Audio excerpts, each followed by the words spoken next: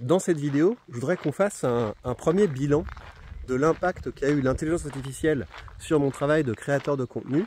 Je voudrais peser ce qui a été positif, ce qui a été négatif. Je voudrais également vous parler de la manière dont je m'adapte, de la manière dont je combats pour rester pertinent dans un monde où, là ça fait seulement 2 ans, 3 ans que les intelligences artificielles qui peuvent créer du contenu se sont développées.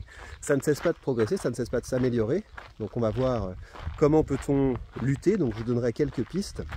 Et je terminerai par les 3 formats, les 3 types de formats qui me semblent importants de commencer à intégrer dans votre routine de création de contenu pour que vous puissiez rester pertinent.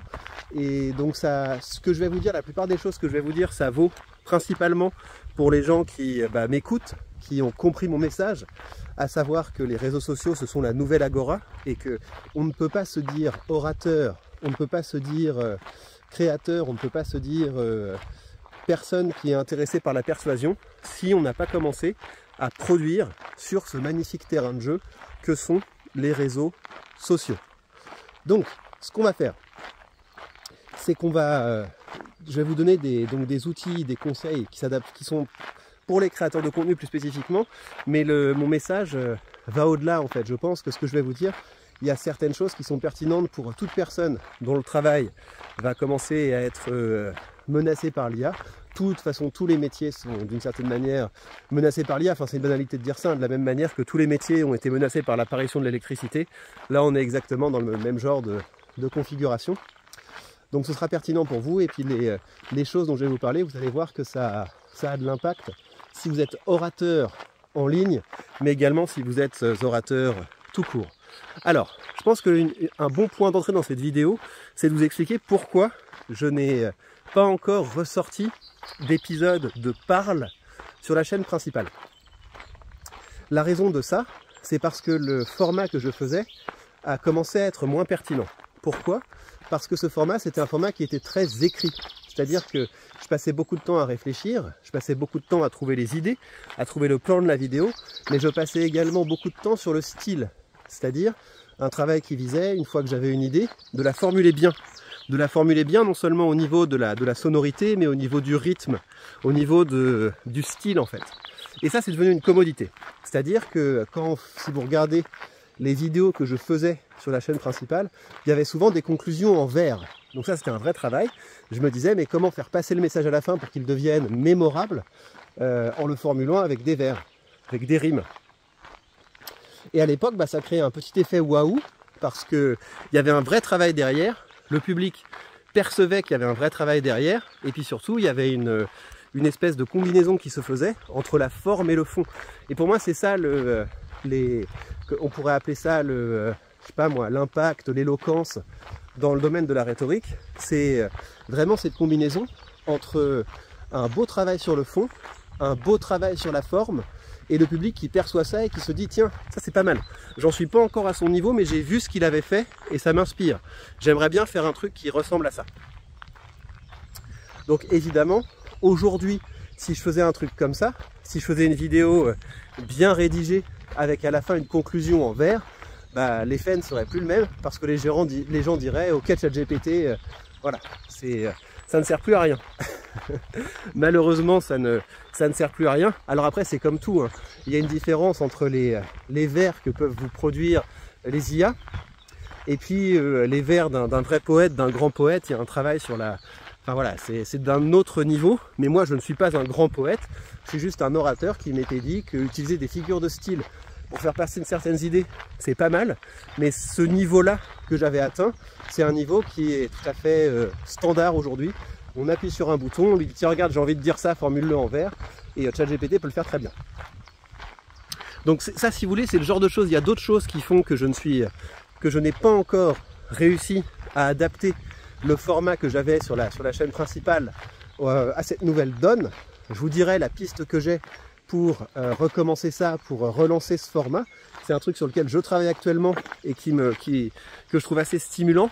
Mais sachez que un des impacts de l'IA, c'est que le format que je faisais avec Parle n'est plus un format pertinent.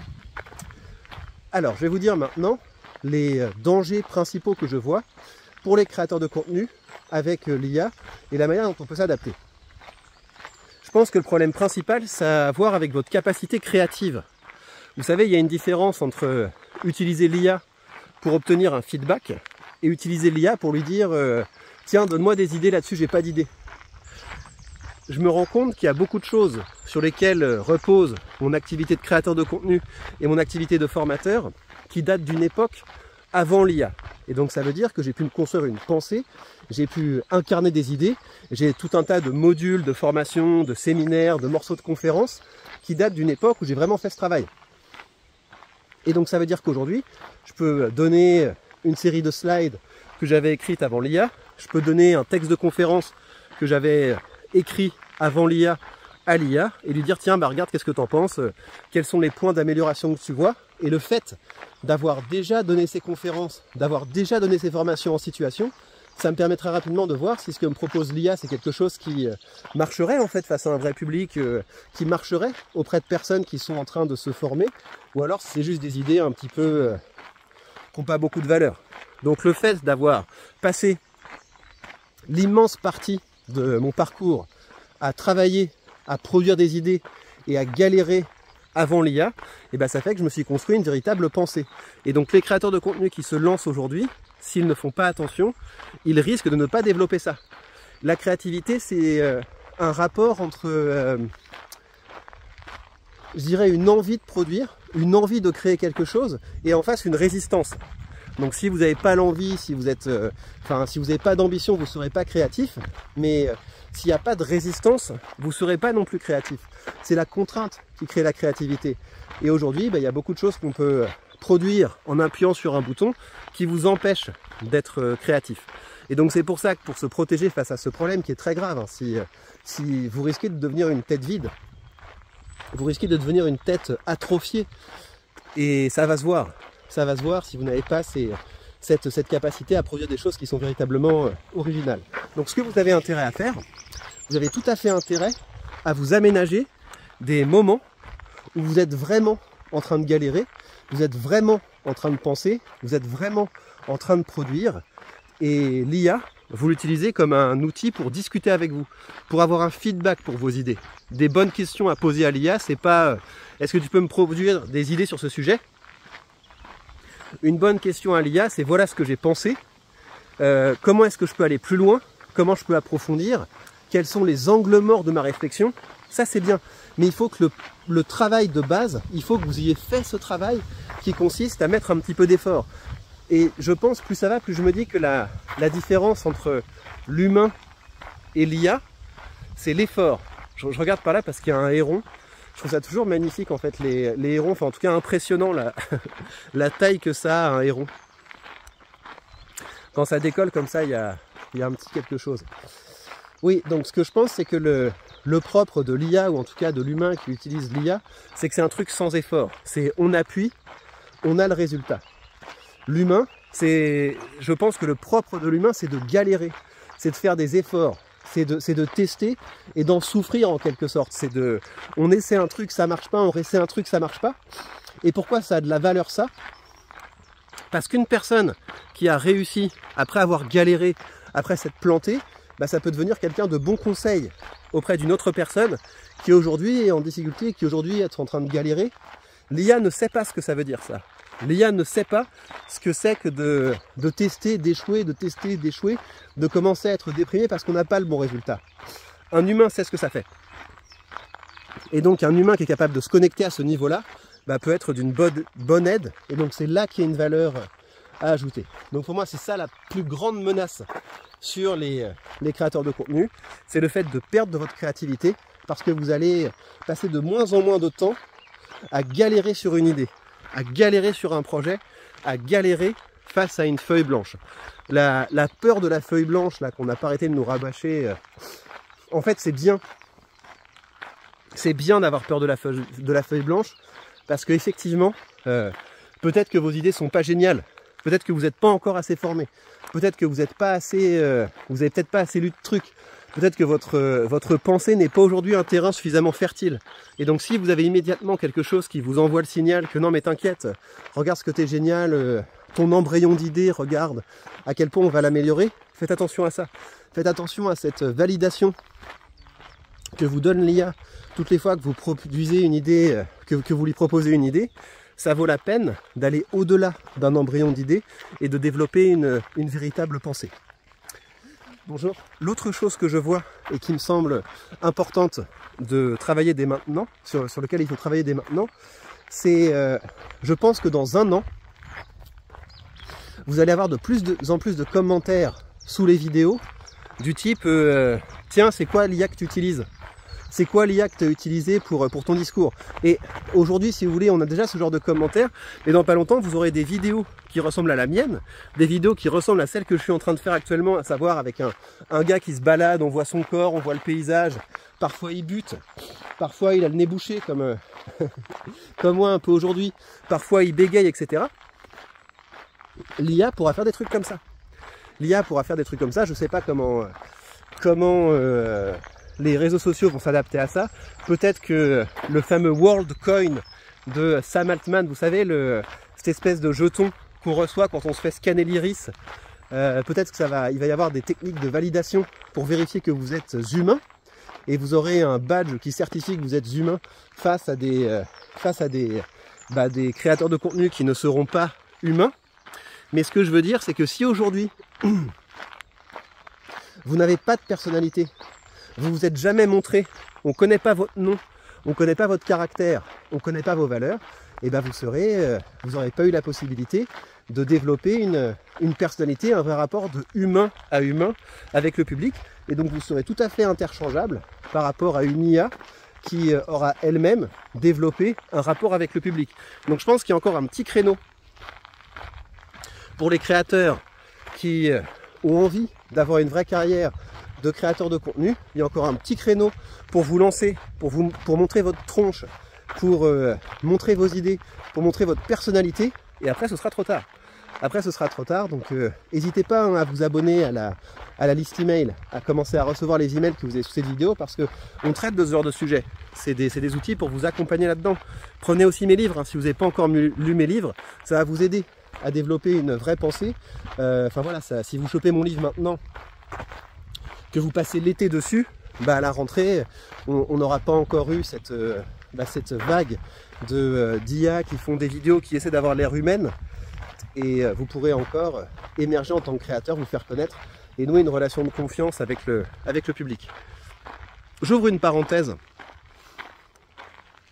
parce que c'est une réflexion que je n'ai pas vue ailleurs et que je trouve assez intéressante. Donc là, vous savez, Google a lancé sa nouvelle IA de création de vidéos, et donc vous avez par exemple des gens qui se rendent à un faux salon de l'auto, enfin un reportage sur un faux salon de l'auto, et puis vous avez des interviews de différentes personnes, et effectivement les personnes bégayent, les personnes enfin voilà, se brûlent avec leur café, enfin font des choses, des comportements qui sont humains. Donc aujourd'hui il y a quand même une certaine partie du potentiel de l'IA qui est utilisé pour essayer de singer les humains.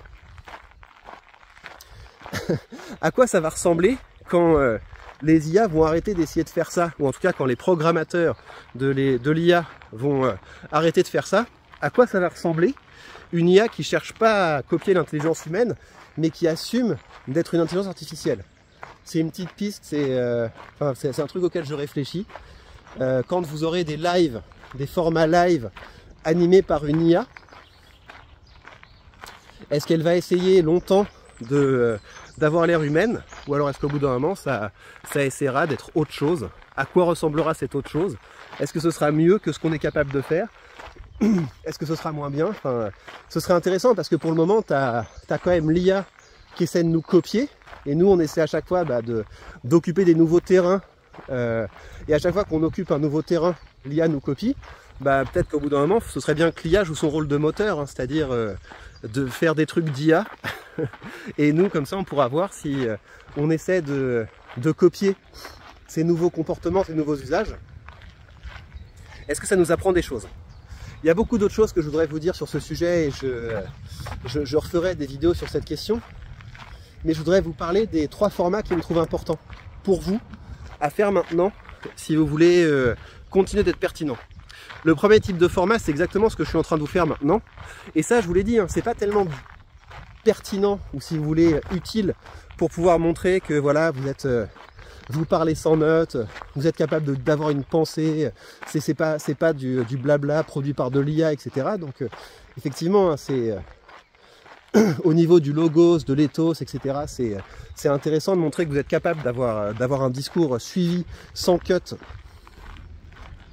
parce que c'est pour le moment difficile à faire avec une IA, et dans pas longtemps ce sera plus le cas. Encore une fois, dans pas longtemps, vous aurez des formats qui ressemblent exactement à ça, qui seront faits par des IA. C'est plus un format qui est utile pour vous, parce que là, ce que je suis en train de faire, c'est que je suis parti de chez moi avec une idée. Cette idée, je l'ai développée, je l'ai fait maturer dans ma petite tête. J'ai pensé, après j'ai pensé à autre chose, j'ai marché, j'ai respiré, j'ai regardé le paysage.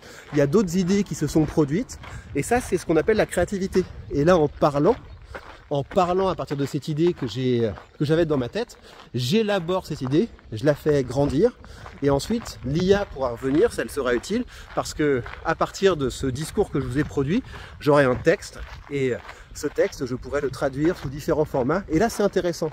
Là l'IA joue son rôle, parce que c'est une tâche ingrate, j'ai produit le travail de réflexion, et ensuite l'IA peut m'aider à décupler le fruit de cette production intellectuelle.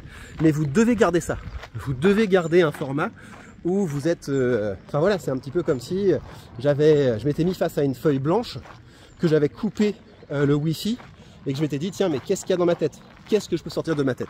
Donc ce type de format que je suis en train de vous faire maintenant, c'est un format qui est utile pour vous, qui vous permettra de maintenir une pensée.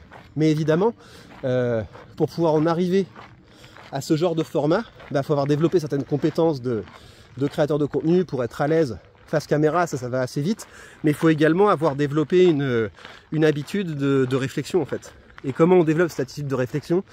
Faut écrire.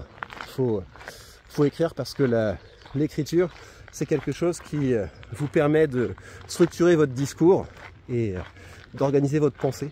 Très important. Deuxième type de format qui va être important, c'est le live. Et ça, je le vois. Et c'est pour ça que je suis content d'avoir eu une période avant l'IA. C'est que quand vous êtes capable de faire un bon discours à l'oral, d'être à l'aise. Donc j'ai donné récemment un séminaire de 2 jours. J'ai donné également une conférence. Et toutes les fois que je fais ça, je réalise que c'est très important en fait les humains sont sensibles au fait qu'un autre humain est capable de tenir une salle, est capable de tenir une audience, est capable, dans l'interaction comme ça, du tac au tac, d'avoir du répondant. Et je pense donc qu'un équivalent de ça, c'est le live. Ça peut être une très bonne idée de faire plus souvent des lives où vous répondez comme ça directement aux questions de votre public, où vous faites monter des gens en live pour avoir des échanges avec eux, parce que c'est ça qui permet de valider le fait que quand vous êtes plus avec vos doudous, quand vous n'êtes plus avec vos outils là, qui vous permettent de prétendre avoir une pensée, qui vous permettent de prétendre avoir un discours, et il y a encore des choses qui restent. Donc c'est un format que je trouve intéressant. Finalement, et on en revient au point de départ de cette vidéo, le format sur lequel je vais commencer à travailler pour pouvoir refaire des épisodes de Parle, c'est un format beaucoup plus multimodal. Je ne sais pas si c'est le bon terme, mais je vais vous l'expliquer. Je trouve que le propre de l'homme, enfin c'est pas moi qui trouve, mais c'est le propre de l'homme, en tout cas ce qui fait qu'on est quand même assez intéressant, c'est qu'on est capable de faire une vidéo, ensuite de rentrer chez nous, de nous faire à manger, on est capable ensuite d'aller à la salle de sport, on est capable de passer comme ça rapidement d'une activité à une autre. On est un humain qui est assez tout terrain. Et je pense que un format pertinent dans ce contexte-là, c'est un format qui soit lui aussi tout terrain. Et donc c'est à ça que je travaille en ce moment pour vous faire un épisode de Parle. C'est en l'occurrence, je suis en train de travailler sur une œuvre qui est importante notamment pour la culture contemporaine. Et plutôt que de faire seulement un discours autour de cette œuvre, je fais véritablement une enquête. Une enquête, je filme différents stades de la découverte de cette œuvre, je filme les différents moments de ma réflexion, les moments où je creuse, les moments où je bute, où ça bloque, où je recommence à avancer. Et c'est également un format où je vais mettre différents espaces, vous voyez, différents lieux, différentes manières de travailler et de réfléchir, pour avoir un format qui soit un peu multimodal. Donc je vous donne l'idée comme ça, pour le moment ça vous dit pas grand chose, mais je pense que le résultat sera pas trop mal. Mais les formats qui risquent moins d'être disruptés, c'est quelqu'un qui est capable de faire la cuisine, quelqu'un qui est capable de faire une belle performance artistique, quelqu'un qui est capable de chanter, quelqu'un qui est capable de, je sais pas, de faire un plongeon de 100 mètres de haut, j'en sais rien. Enfin, voilà, c'est ce genre de choses qui mettent pas seulement en avant une pensée, mais qui mettent aussi un corps en action. Je pense que ça va devenir assez important comme type de format. En tout cas, c'est la piste sur laquelle je travaille. Ça va marcher ou pas, mais encore une fois, c'est ça le propre de l'homme. C'est que moi, je suis quelqu'un qui a tenté beaucoup de choses. J'ai tenté beaucoup de choses, je me suis souvent planté, j'ai eu parfois de très belles réussites, mais j'ai jamais baissé les bras. C'est-à-dire que je peux avoir un genou au sol, mais jamais les deux. C'est ça qui fait que je suis humain, et c'est ça que j'essaie de vous transmettre à vous aussi. C'est que il va y avoir des moments où vous allez vous dire je suis quand même tout petit par rapport à ces nouveaux outils, mais en fait non, vous n'êtes pas tout petit, vous êtes un humain, et un humain peut avoir des phases de doute. C'est pour ça qu'il est humain. Et un humain, ça peut dépasser ces phases de doute. Et c'est pour ça qu'il peut avoir des choses à partager avec les autres. Comme d'habitude, vous avez sous cette vidéo le lien vers l'article que je vais tirer de cette vidéo. Je le mets sur le site de mon association. N'hésitez pas à rejoindre mon association. Baladez-vous pour voir les autres choses qu'on fait avec cette association. Et si vous voulez nous rejoindre et encourager ce type de format, qui est pas un format qui, voilà, vous le voyez bien dans les stats, c'est pas le genre de format qui cartonne, mais je pense que c'est un format qui est utile. Vous pouvez m'encourager à continuer à faire ça, à engager la discussion avec moi en devenant membre. Donc n'hésitez pas, et je vous dis à très vite pour de prochaines vidéos.